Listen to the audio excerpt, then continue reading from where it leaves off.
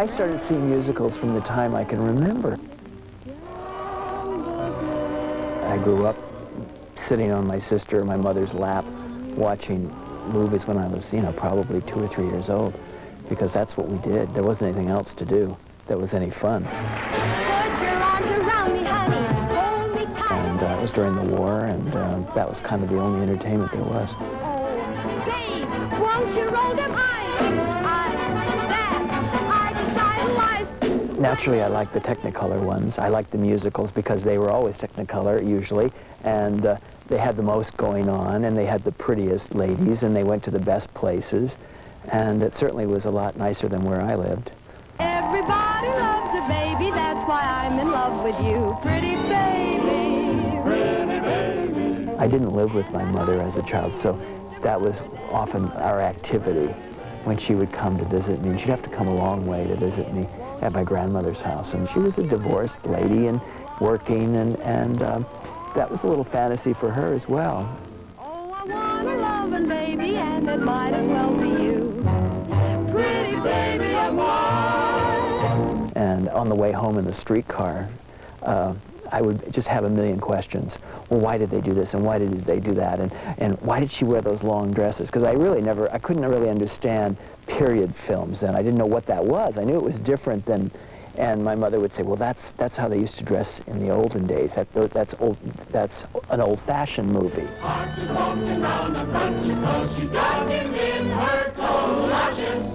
Turn around and give the folks a view. Woo, woo. No matter what happened in movies in those days, you never questioned it. It was absolutely, you just say, oh yeah, there's balloons, there's smoke, everybody is dancing backwards. You know, you could do anything could happen in a film, and you just accepted it, and it made you feel like you could become anything, you could do anything, because there it was. Somebody did it, it's on film. Practically every film was a success story. You know, you start out, you work hard, and you get knocked a couple of times, but you make it, and you get to Broadway, or you get to be doing whatever you want to do in life. But I grew up with parents that were still living the Depression. They got into a habit of being Depression children. And you still wanted to go and escape in a film and see how the other half lived. One gets so tired of drinking nothing but champagne. Where do you throw your old diamonds? I grew up in a very kind of middle class, you know, boring kind of atmosphere. I mean, nobody was in show business. Nobody was artistic in my family. Nobody wanted to be even. I mean, they weren't interested. They thought, what kind of a weird child do we have here who is all he's interested in is going to the movies and color and buying magazines with pictures of things in them and putting things on his wall. I mean, where did he come from? You know, what's going on here? But for me, the future was what was going on in these films. This is where I wanted to end up.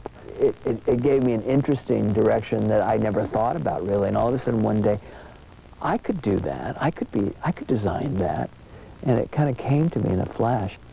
Sometimes I'll draw something, isn't that wonderful, you know, and then all of a sudden I'll see a movie and I'll think, oh, I guess that's where I got that. You know, it's funny, I used to go home and I used to just draw these pictures of all the different, after every film I would start drawing again, because I want to draw things that I had seen, and I wouldn't remember them perfectly, but I would draw pictures of Betty Grable with her curls and her feathers and her bare midriffs and all of this sort of thing, and sometimes I would put my mother's hair color on and say, look, this is for you, this is what you should be wearing, and my mother would look at it and go, oh yeah, sure. It's seen Coney Island, which today still is one of my favorite films because it is so much fun and so silly. And it wasn't until later on that watching it, I got a kick out of Betty being really cheesy and cheap and chewing her gum and being sort of this tough little broad. You know, and I thought, well, you know, she was really kind of funny. I liked her as an actress later on.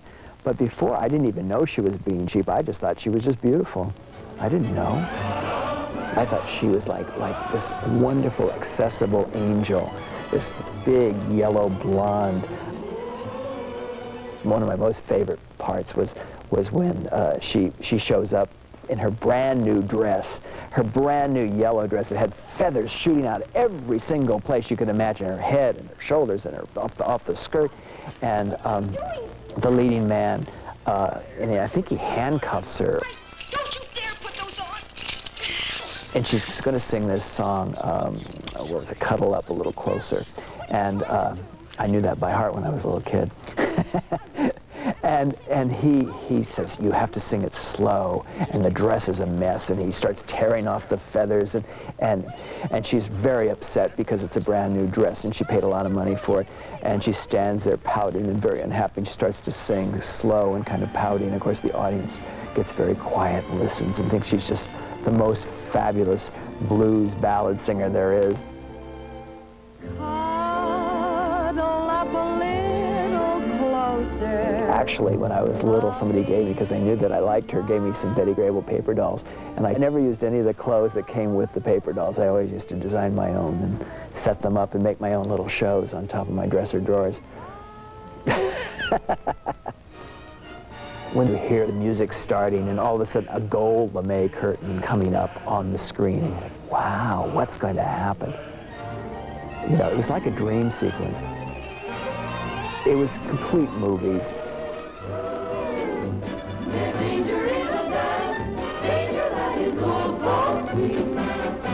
They were like dreams. They were the most idealistic things that you could imagine. And some of us couldn't even imagine that. I mean, you know, you're just being handed this wonderful treat on a platter. Look at this. You know, live through this.